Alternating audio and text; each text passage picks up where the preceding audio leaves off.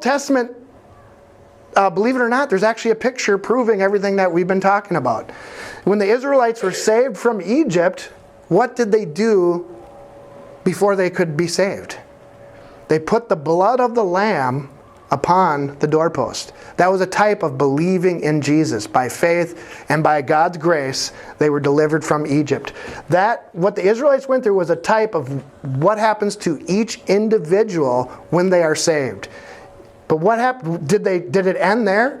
When they put the blood of the lamb on the doorpost and said, I let the death angel pass over me, I deserve death, but God's grace is going to cover me.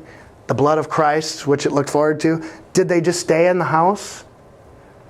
Or what happened? Then they had to leave Egypt. They had to pass through the Red Sea, which the Apostle Paul talks about was a type of baptism. They all drank from the same rock, which Paul says was Christ, the water that came out. So they had to do that. So now they go into this wilderness of temptation. They didn't go from here to here. Once saved, always saved would say that you go from here to here, or all you have to do is believe and be saved. Well, however you want to say that. There's different variations of that false teaching. None of them are teaching this. You're in the wilderness of temptation until the day that you die. Whether it's God testing you to see how you're going to react in certain situations now, or if we live during the Great Tribulation, this will be our period.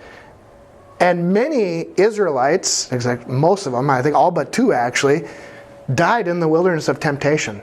They lost their faith. After they believed, they all believed. These were all believers. Otherwise they would not have the Bible documents that. They were all believers that left Egypt. But many of them died right away, right here, because they fell away into idolatry, false doctrine, rebellion, murmuring against God, and so forth. And God struck them dead here. In other words, they were saved, but they didn't get to enter the promised land.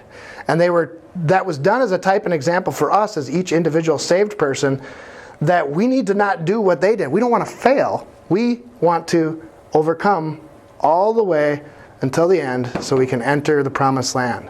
So being saved is the first step. Overcoming is the final act, and that doesn't happen until the day that you die. And it's determined by whether or not you remain faithful, like Jesus said, until death. Until death.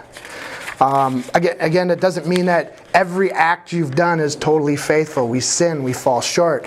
But it doesn't mean that. But if you fall away, let's say you worship the Antichrist when he comes, thinking that everybody's saying that he's Jesus or he's the true Messiah, and you fall away and worship him, when you've been warned about in the Bible all along that he was coming, you don't get to enter into the promised land. And you don't get a free ticket. You've got to know. You've got to have that continual relationship with God. That's the only way to overcome. I guess I could put it that way. Jesus puts it in another way. He says, every vine that does not produce fruit shall be cut off and burned in the fire. So what the Calvinists would say is, oh, well, they were never a vine. They were never a branch. Well, no, Jesus said they were a branch, but if they didn't produce fruit, okay? That was another way of Jesus saying, you got to stay connected to me or you will not make it. You will fall, you won't produce fruit. But if you do stay in me, you'll produce fruit to life everlasting. I don't know if I have any more. James, I'll just cite this if you want to go there. James chapter 2. I was going to read through this whole chapter, but like I said, we ran short on time. James says everything that I was basically trying to say in this study, and it totally gelled together with what Jesus taught the 7 churches in the book of Revelation. All right, so anyways, questions or comments?